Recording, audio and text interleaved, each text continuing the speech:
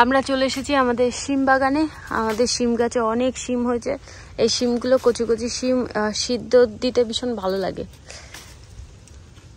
তোমার ভালো লাগে শিম খেতে? মানে সিদ্ধ শিম। যেটা তোমার ভালো লাগে সেটা আমার ভালো লাগে, তোমার ভালো লাগাই আমার ভালো লাগে। বাবা অনেক হয়েছে কিন্তু, বলো কি আমার বলা বেশি হয়ে গেছে নাকি? না না, মানে শিম অনেক হয়েছে। আমার বলা মনে বেশি হয়ে গেছে। না না, এই পাশে নিচে এর বীজ আছে তো, কিন্তু হতে দেরি হলো এই শিমগুলো, বলো দেরি করে হলো। ঠান্ডার সময় যদি বেঁচে থাকে তাহলে আমাদের আর শিম কিনতে হবে না। দাও আমার হাতে দাও। তাই নিয়ে নাও, নিয়ে নাও, নিয়ে নাও, রান্না করা যাবে। নাও, রান্না করা যাবে। নিয়ে নাও, দাগ হয়েছে তাই কি হয়েছে? ওখানে চাল কুমড়ো হয়েছে কচি, দুটো পাকা পেকে গেছে চাল কুমড়ো। পেকে গেছে, ওগুলো রান্না করা যাবে। চলো দেখি। কি নেবে কিনা দেখো। হ্যাঁ নেবো তো, নেবো তো, কিছুই তো। ওইটুকু দাগ হচ্ছে তাই কি হয়েছে? তুমি পরে নিয়ে তো তুলে দিও।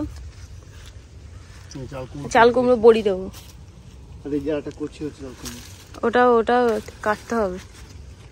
ওই চাল কুমড়োর ডাটা এ করে দাও তো, রান্না করি আজকে। এই যে একটা, না এখানে হচ্ছে একটা। সব জায়গায় চাল কুমড়ো এরকম তুমি দেখতে পাচ্ছ, বিনা দেখতে পাবে। ওই তো আমি একটা দেখলাম তো এখানে। হ্যাঁ ওই এই দেখো।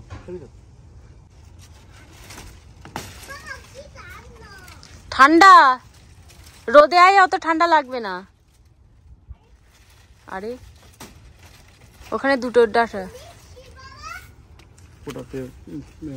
হচ্ছে, নিচে নিয়ে আসছি। আমি জানি তুমি পারবে নিয়ে আসতে। বাবা তুমি, আমার মেয়ে ঝুড়ি নিয়ে এসেছে। বাবা থ্যাংক ইউ, থ্যাংক ইউ। আমি বললাম যে ঝুড়ি নিয়ে আয়। Thank you, thank you. আর দুটো তিনটে দাও, আর লাগবে না। এই যে এই কটা হয়েছে।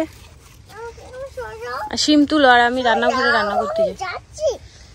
তুলছে, হ্যাঁ ফুল, আর কিছু তুলতে হবে না। এই বাগান থেকে এই সবজিগুলো তোলা হলো। আর ওই যে একটা মৌমাছি ফুলের মধু খাচ্ছে। আজকের ওয়েদারটা খুবই সুন্দর। গাছে অনেক শিম হয়েছে, তো সোনার বাবা বলছে সব তুলবে, না হলে এই ঠান্ডায় সব নষ্ট হয়ে যাবে। আর এইগুলো তো তুলেছে, আর এইগুলো আমি এখন যাই রান্না করতে। মেয়ে রইলো, আমি চলে যাচ্ছি। তুমি তুমি থাকো এখানে বাবার সঙ্গে। তুমি থাকবে না? ঘরে যাবে? তুমি থাকো এখানে, জাম্প করো। তুমি বাবার কাছে যাবে না আমার সঙ্গে ঘরে যাবে?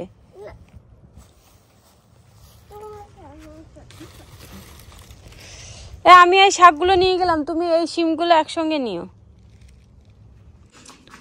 তো আজ সকালবেলা এগুলো রান্না হয়েছিল, তপুর সবজি, আর এখানে আছে ডাল। তো এই ডালটা মিক্সড ডাল, তো রাত্রিবেলা ডাল ভিজিয়ে রেখেছিলাম, তারপরে প্রেসার কুকারে ডাল রান্না হয়েছে। আর সোনা সকালবেলা এগুলো খেয়ে স্কুলে গেছে। আজ দুপুরবেলা রান্না করব শিম দিয়ে আলু দিয়ে ভাজা, আর এই উচ্ছেটা সিদ্ধ দেব। আর মিষ্টি আলুটা কি করব তাই ভাবছি, ওই শাকের মধ্যে দেব কি না সেটা ভাবছি, নাহলে থাক অন্য সবজিতে দিয়ে দেবো। আর এখানে দেখতে পাচ্ছেন লঙ্কা, আর এই কালো লঙ্কাগুলো না ভীষণ ঝাল, আপনারা তো সবাই জানেন। একটাই যদি সবজিতে দেওয়া হয় তাতেই মানে খুব ঝাল হয়ে যায়। তো আমি প্রত্যেক সবজিতে দুটো করে দেবো, কিন্তু মানে ভেঙে দেবো না, গোটা গোটাই দেবো, কারণ ভেঙে দিলে বাচ্চারা খেতে পারবে না। তো এটা হচ্ছে আমাদের রান্না হবে।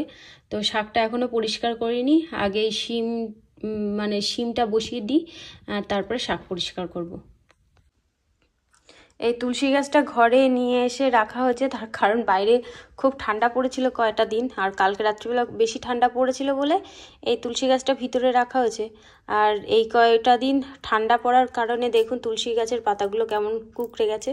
আজ বাইরে খুব সুন্দর রোদ বেরিয়েছে, তা ভাবছি কালকে তো সোনার বাবা ঘরে নিয়ে এসেছিল, তো এটা বাইরে রেখে আসি, তাহলে রোদ পাবে। আমাদের এখানে এটাই সমস্যা, ঠান্ডার সময় কোনো গাছই বাঁচানো যায় না, বাঁচানোর চেষ্টা করতে হয় যতদূর সম্ভব। এখানে রোদে রাখি, তারপরে রাত্রিবেলা আবার ঘরে নিয়ে যাব।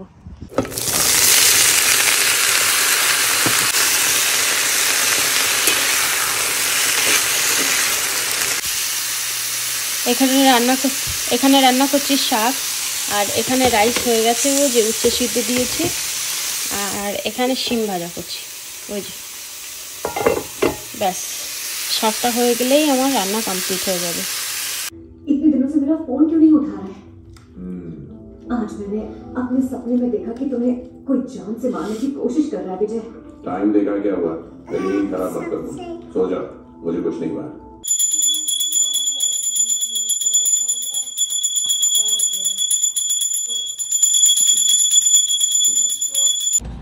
বাইরে সন্ধে হয়ে গেছে, আর আমরা এখন যাব কুমনে।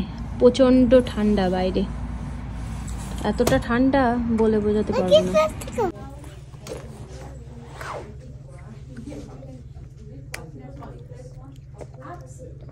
কে দিয়েছে ললিপপ?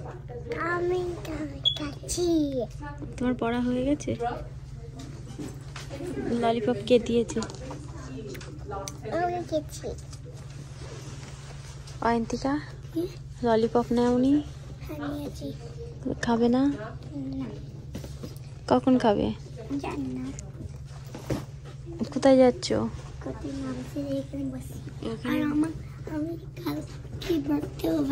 হ্যাঁ, তোমার কালকে বার্থডে।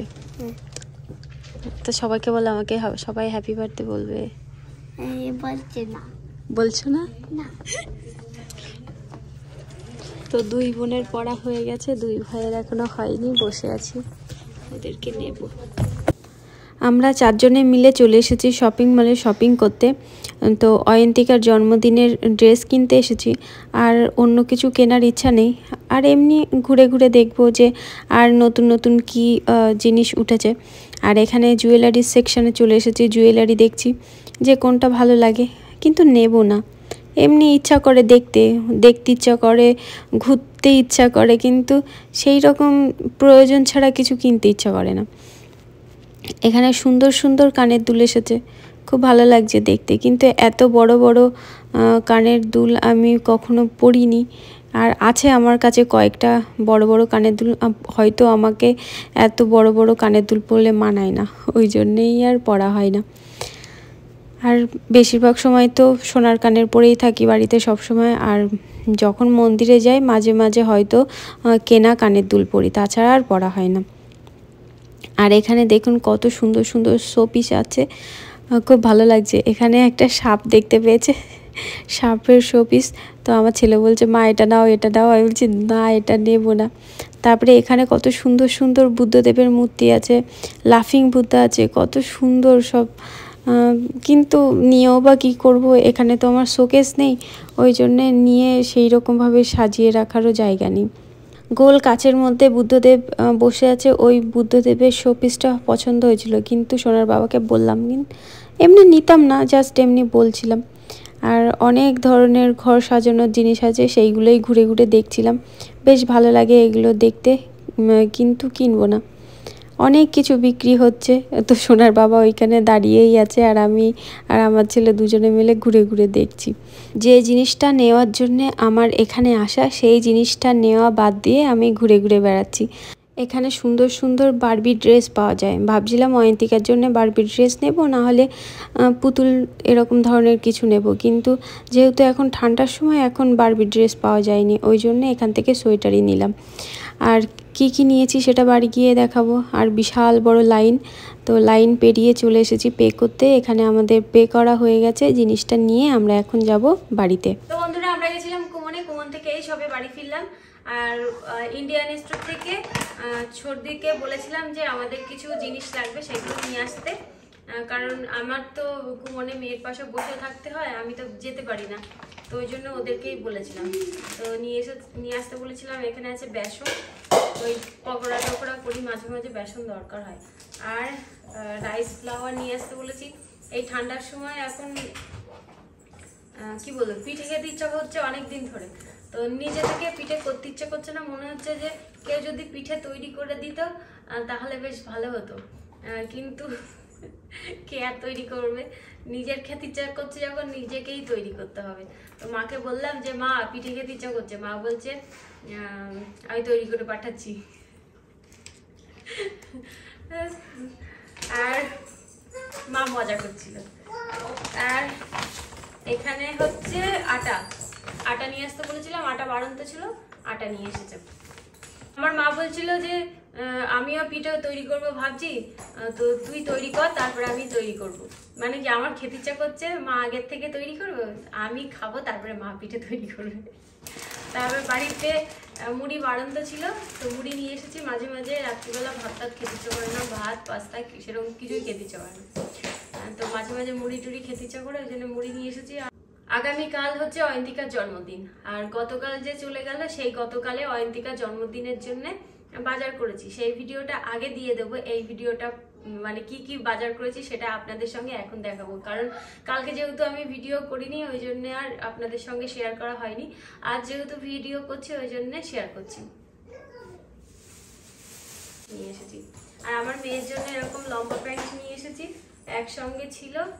আর এইখানে 3টে প্যান্ট, এই একটা কালার, এটা ব্ল্যাক, আর এই পাশে আছে পিঙ্ক, এই পাশে আছে পিঙ্ক, পায়ের কাছে এইরকম। এখানে 3টে প্যান্ট। আর আমার ছেলের জন্য গেঞ্জি খুঁজছিলাম, ওর প্যান্ট হয়েছে, প্যান্ট কিনেছি, তো গেঞ্জি সেরকম পাইনি বলে নিয়ে আসিনি। দেখি আবার যাবো শপিং মলে টলে, তখন ওর জন্য প্যান্ট নিয়ে আসবো। হ্যাঁ, আর এখানে 3টে প্যান্ট।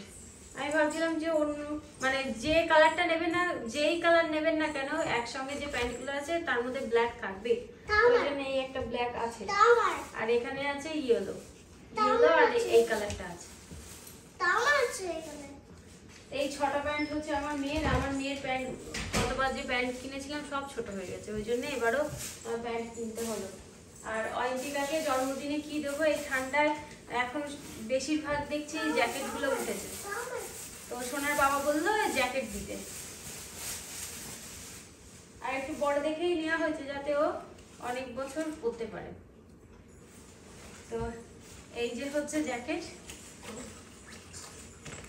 আর অনেকটাই পুরু, কারণ আমাদের এখানে প্রচন্ড ঠান্ডা পড়ে, তো সেই কারণে এটা হবে কি, এটা হবে এরকম মাথার কাছে।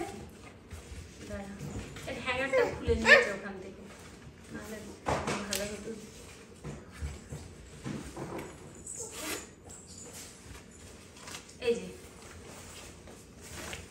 এই যে কোমরের কাছে এরকম বেঁধে দেবে, কোমরের কাছে এরকম কুচি কুচি না, দেখতে বেশ ভালো লাগছে। আরো অনেক বড় হলেও পরতে পারবে, একটু বড় দেখেই কেনা হয়েছে। এইগুলো বেশ মানে আরামদায়ক। আর আমার সব থেকে ভালো লেগেছে এই মানে টুপির কাছে এইরকম কাজ আছে, ওই জন্য ভালো লেগেছে। তো ছোট মানুষ তো এইরকম ঝুলপি ঝুলপি থাকলে পরলে বেশ ভালো লাগে বাচ্চাদের। হ্যাঁ, আমি তুলেছি, ওর বাবাকে বললাম যে কেমন লাগছে কালারটা, তা বলছে ভালো লাগছে। হ্যাঁ, পিঙ্ক কালার ভালো লাগছে। এটাই হচ্ছে অয়ন্তিকার জন্মদিনের গিফট। ভাবছিলাম পুতুল দেবো, তারপর পুতুল সেরকম পাইনি, তারপর ভাবছিলাম যে বারবির ড্রেসগুলো হয় সেগুলো দেবো, তার মধ্যে থেকে এইটা পছন্দ হয়ে গেল, তো এটাই নিয়ে নিলাম। রাত্রিবেলা তৈরি করে নেব পাস্তা। তো এর মধ্যে সাদা তেল দিয়ে দিয়েছি, এর মধ্যে দিয়ে দিলাম সর্ষে, কালো সর্ষে ফোড়ন দিলাম। কারি পাতা দিতেই ভয় লাগছে, তেল ছিটাবে, পরে দেবো। তো এর মধ্যে আমি মশলাটা তৈরি করে রেখেছিলাম, তো এর মধ্যে এবার দিয়ে দিচ্ছি। এবার এর মধ্যে দিয়ে দিচ্ছি কারি পাতা পরে দিচ্ছি, পরে দিলেও গন্ধ বের হয়, ওর মধ্যে দিলাম না। চড়বড় করে করে যেই তেলের মধ্যে দিতাম চড়বড় করে করে সারা ঘর হয়ে যেত। এবার এর মধ্যে দিয়ে দেবো সামান্য লবণ। এর মধ্যে কিন্তু শুধু টমেটোই পেস্ট করে দেওয়া হয়েছে। এর মধ্যে দিয়ে দিচ্ছি আমার আন্দাজ মতো হলুদ না দিলেও হয়, আমি দিলাম।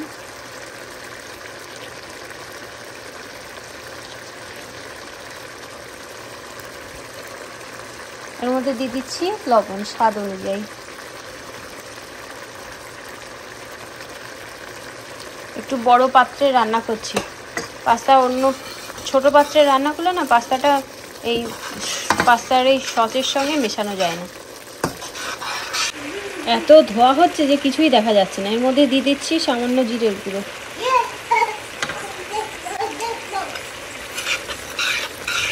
কি দেখবি বল, দূরে যা দূরে যা, ছিটাচ্ছে। এবার এর মধ্যে দিয়ে দিচ্ছি ইটালিয়ান সিজনিং। সিজনিং দিলে খুব সুন্দর একটা গন্ধ বের হয়। আগে থেকে জল ঝরিয়ে রেখেছিলাম, এবার সসের মধ্যে দিয়ে দেবো। বড় পাত্র তো একসঙ্গেও মেশানো যাবে।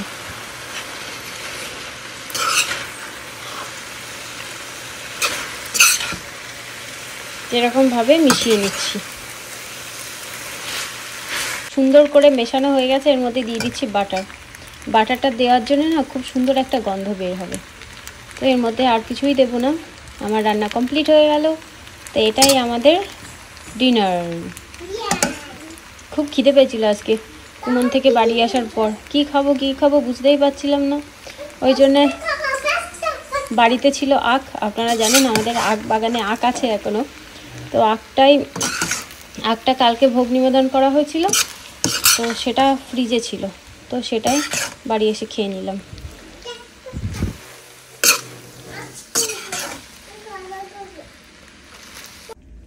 খেয়ে বল কেমন হয়েছে। ফু দিয়ে দিয়ে খা।